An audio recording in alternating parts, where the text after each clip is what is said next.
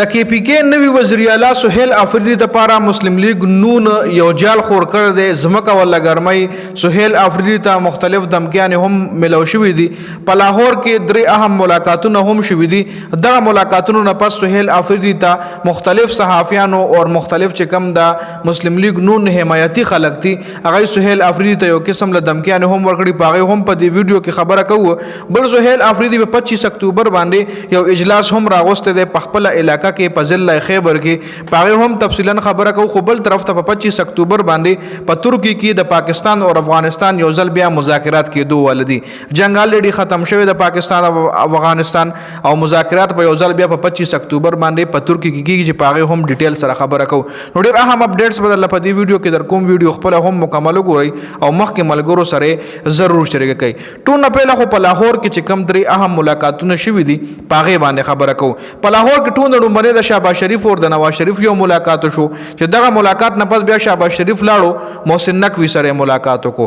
او محسن نقوی سره د شهباز شریف ملاقات نه پس بیا محسن نقوی لاړو د کې پی کې گورنر فیصل کریم کونډي سره ملاقات کو اوس په دې ملاقات کې څه خبرې شوې دي نو به تاسو اوس په اندازو شي چې کې دې شي په دې ملاقات کې دغه خبرې شوې وي جی بیا چې کوم مختلف صحافیان دي او کم قاصدان دي وغیرہ وغیرہ کم چې د مسلم لیگ نون حمایتیان دي هغه سہیل افریدی ته ویلي دي چې ته خو ځان ته جارحانه بیټسمن وې خو چکې به نه وخې غورې او خپل حد کې بوسي مطلب ته خو ډېر ګرم راغی وزیر اعلی شو ډېرې غټې وعدې کې عوامو سره خدا کمې وعدې چې کې دا به ته نه پوره کې خپل حد کې بوسېږي په کې پی کې چې کوم اپریشن کېږي د دې مطابق یو قانون په 2019 کې جوړ شوی و د کې پی کې د اپریشنو حوالې سره چې دا اپریشن د هغې په بنیاد باندې کې کوم قانون چې په 2019 کې جوړ شوی چې بیا په هغه ټایم پېښور های کورټ درخواست ورکړو چې د پېښور های کورټ دغه درخواست نه پس دا قانون ختم کړلی شو پېښور های کورټ دا قانون ختم کو چې بیا پر د کې پی کې حکومت سپریم کورټ ته لاړل چې د اپریشن د جاری وساتل شي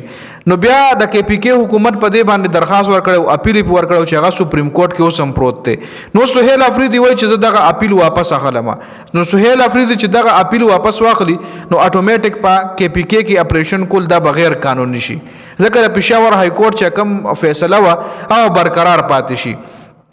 نو څه کچره سہیل افریدی دغه اپیل واپس اخلي نو بیا سہیل افریدی د حکومت چې کم دی پکې پی کې هغه له خطر جوړې دي شي ډېر صحافیان او قاصدان دا خبره کوي کچره سہیل افریدی دغه درخواست واپس واغشتو نو کې دي چې پکې پی کې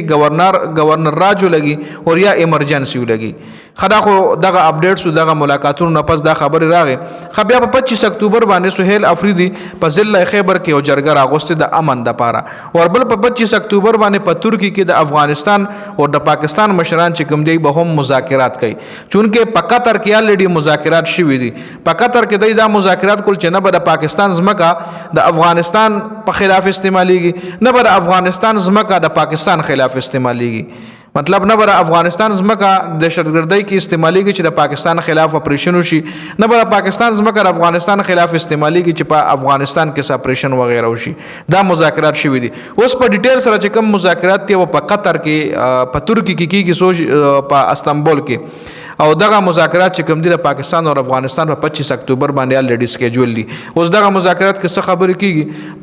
پاغه نه پس بیا په ډیټیل سره تاسو سره یو کمپلیټ ویلاګ شریک کوم د ویډیو کتلو زیات مننه ویډیو ضرور مخکې ملګرو لور رسوي والسلام